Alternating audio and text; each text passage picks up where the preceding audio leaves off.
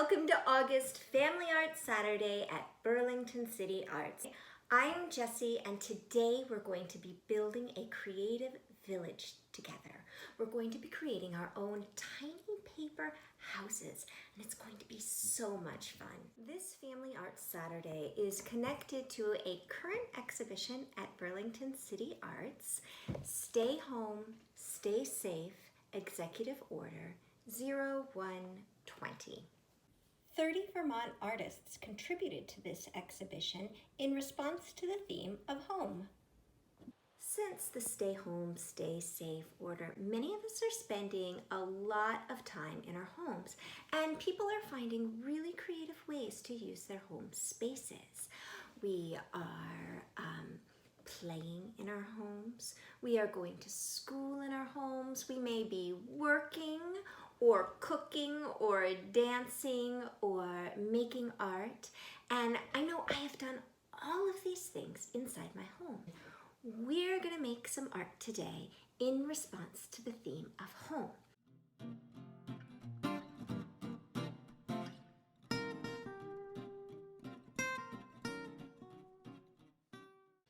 You will need to begin with some paper, and let's do this together because it has a couple tricky instructions right at first. And if you're working as a family, you may want to work together to do the building part, and I'm going to be here to guide you through this as well. Any kind of paper is going to do. It doesn't need to be particularly rigid. Thin paper will do. All different sizes. Colorful paper works really well. Notebook paper. Maybe you have a drawing or something you want to recycle. That will work too. I'm going to start with this one. And then you'll want to decide whether you want your house to be, your space to be tall and narrow or wide. If it's square, you don't have to make that choice because they're both going to be the same. I'm going to start with this one, and then I'm going to decide which part I want to be the bottom and which part I want to be the top. So I'm going to put the bottom closest to my body, and I'm going to take the bottom of that piece of paper, and I am going to fold up a good inch of it. Just folding the paper. I don't need to measure anything. I just want it to be a good enough space because it's going to be the stand for my house. So again, here's that top part, and here's what I folded up. If I had been doing it on a different size paper and I wanted mine this way, this is going to be a really tall space because it's a long piece of paper. I probably want to go even a little bit more than an inch when I'm doing my folding because it's going to need a little more stability. It looks like that. All right, so this is my bigger piece. That's about what I used for that. All right, I've got my piece of paper. I've got this part. This, again, is going to be our base or the floor of our space. This up top that I'm pointing to, this is going to be where our roof is and then how tall our walls are. I'm going to take this, and then in front of me, I'm going to fold over two sides. And I'm going to fold it almost towards the center. If it is the center, that's fine. If it's not, fine. So I'm going to take one flap, and I'm going to fold it right over, trying to keep it as straight as I can. All right, so one side looks just like this. This is the folded part first, 1 and 2. I'm going to do the exact same thing on the other side, 1 and 2. So now I've got two sides. And it's okay if they touch. It's okay if there's a gap, just as long as you have two sides up this way and one side there. These pieces here that I'm flapping around, these are going to be your walls. And again, this is going to be your floor piece. So these are your walls. And this here, this is where we're going to design what we want the roof line of our space to look like. Now, roof lines can look so many ways. You might want a curved roof or a pointy roof.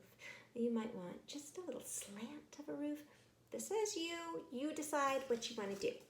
I'm going to put my paper back down. I'm going to design my roof line. I'm going to start on this center piece, not where the walls are, but this center piece here, and decide the shape.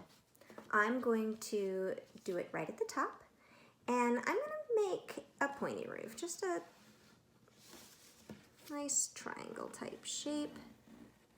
And what I did is I drew my lines, and I started at the top here, and then I stopped my line once I got to that crease here. So just drew it like that. And these again are my walls. So I'm going to make my walls really simple for this piece. You can make them go in any direction, but I'm going to take my pencil, going to start at the crease, and I'm just going to drag it in a straight line off that page. So now I've got a line, and it goes from one side of the paper and up to the top, down, and then here. And there is no breaking in that line. I've got one continuous line. On my one continuous line, and again, this is just the top. The floor is still down here, folded. I am going to cut it off. So I'm going to take my scissors, and very carefully, I'm going to cut right along my line. If I happen to get a little off my line, not such a big deal. Remember, we're building these together. You can always ask for some help in the building. It's fun to build together. Okay, so I cut mine off and put my scissors down, and now you can see that I have what looks like the top of my creative space, my little house. The next thing we're going to want to do is check out where these creases are here. So you've got the crease of the wall. You should still be able to see that crease on that floor. If you can't see this crease on the floor really well, go ahead and fold your paper one more time, get it really creased. And then I'm going to unfold my floor. And so I should see a straight line here. And then I'm going to see two little lines. One that's coming from here and meets up where this wall folds, and one that's coming from here and meets where this wall folds. I'm going to cut from the bottom of this little one to right there, and from the bottom of this little one to right where it meets the house structure. And this is a little tricky. I don't want to cut anything off. No, I'm going to have 0 paper scraps at the end of this. So again, I'm starting right here at the bottom of my crease, and I'm going to cut up to where it meets the other crease. So just here, right? Nothing fell off. I'm going to do the same thing over here. I'm going to cut right here to where it is. Again, nothing fell off. So now I've got these two little cuts, and that's what's going to make it really easy for us to, if we fold this in, we put this wall like this, and we flip this one here. It doesn't matter if it goes on top or on the bottom. Then what we've got is you can start to see how it comes together as a house. So it becomes this little space, and then you can open it this way, and you've got an interior space, and this way is an exterior space. Eventually, you're going to add a little tape on the bottom so that it can stand really well, and you don't have to keep pushing it together, and you'll have your space. But for the designing part, it is so much easier to design on a flat piece than it is to color on this. Remembering, as you're designing, this top part is going to be what the outside looks like and the inside looks like. This part here, these little floppy parts, this is going to end up being the floor or the base. You might not even see it. Now the next step I want to do is, what are some very creative rooms I could imagine? Maybe I can imagine what an amazing art making space may look like. This is a chance for me to design that space. Or maybe I don't have any pets, but I have been thinking a lot about wanting to spend time with some pets or some animals. So maybe I could design a space with a great space for a lot of puppy dogs or something like that. So a pet space, I would like that in my house. And I have been doing some dancing, but I bet I can imagine a really cool space for what my personal dance studio might look like. If you like playing a certain game, you could design a whole room based on a game, or maybe you have some special toys and you can imagine building a space especially for those toys or dolls or stuffed animals to live in. Maybe you like to do a lot of reading. What would a really great reading nook look like? So I've decided to do my house today for listening to music. Maybe some dancing too. I haven't made one of these spaces yet. And I found a picture in one of the magazines I get of a person listening to music or to stories, and I thought, oh, that is exactly what I want to be able to do in my little creative space today. Lots of artists, lots of the 30 contributing artists to Stay Home, Stay Safe, Executive Order 0120 used collage in their piece. So tons of drawing and painting, and sometimes they used found images and collaged them into their work too. Many of the artists worked that way. I'm gonna try that. I've done some of my houses just with drawing, but today I'm gonna try a little collage as well. You can choose to design your house with any materials. Colored pencils are amazing. Markers, great. Pencils, just a plain pencil will work, or collage pieces as well.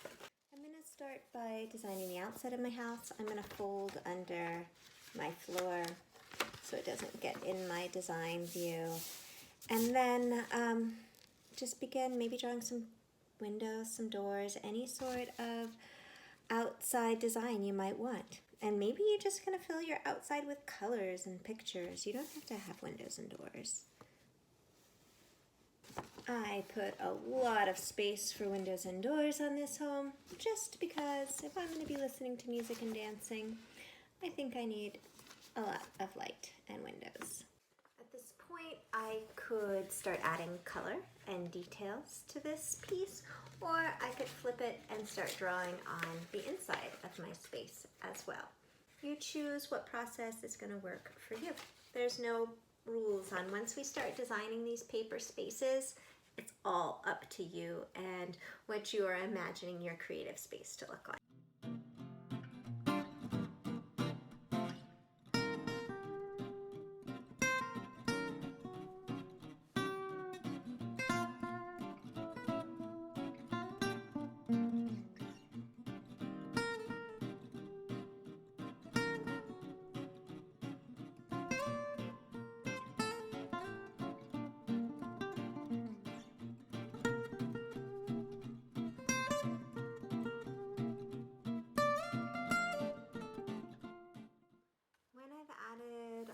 Color to the front and the back that I like, I can start to fold mine together. So I'm going to fold the walls of the outside of the house towards the inside like this. Is attach some tape on the bottom. So now it's formed like a house. I can see that it stands on its own. Yay! Artists are using spaces in so many ways. Families are using spaces in their homes to do amazing creative things. Your dreaming space is going to be designed exactly as you see fit. This one I just decided, oh, wouldn't it be amazing to have this space that felt like I could slide down rainbows or dream upon a star. So I did kind of a traditional house. I decided to color it pink because that'd be pretty fun. And then inside, one thing I've been really using my home a lot for lately is art making. I've been making art with you on Family Art Saturdays and with my art classes. So for my art one, I decided, well, it might be kind of fun to paint on a piece of paper and then take my painted paper and turn it into a house. You certainly can paint on paper, but you just need to be aware that if you've got the paint on the paper, it may end up being a little bit more warped. It won't be as straight of a paper. Still be pretty awesome. On the inside of my art space, I've decided to cut out a bunch of little gold frames, and I'm going to hang those on the wall. In my little gold frames, I can make tiny little drawings and hang them inside the frames and fill up my creative space with my own little gallery. I made sure this creative space that I built had lots of sunlight pouring in as I turned it into a creative space for growing indoor plants. I've had such a wonderful time creating these paper villages. I know that I have a couple little art characters that will be really happy hanging out in these. I might even decide to build a couple little pathways or put a couple of my little houseplants around them. Have fun, explore, think creatively about your spaces and your home, and have a wonderful day. Thank you so much for joining me on this August Family Art Saturday. I'll be back here in September. Bye!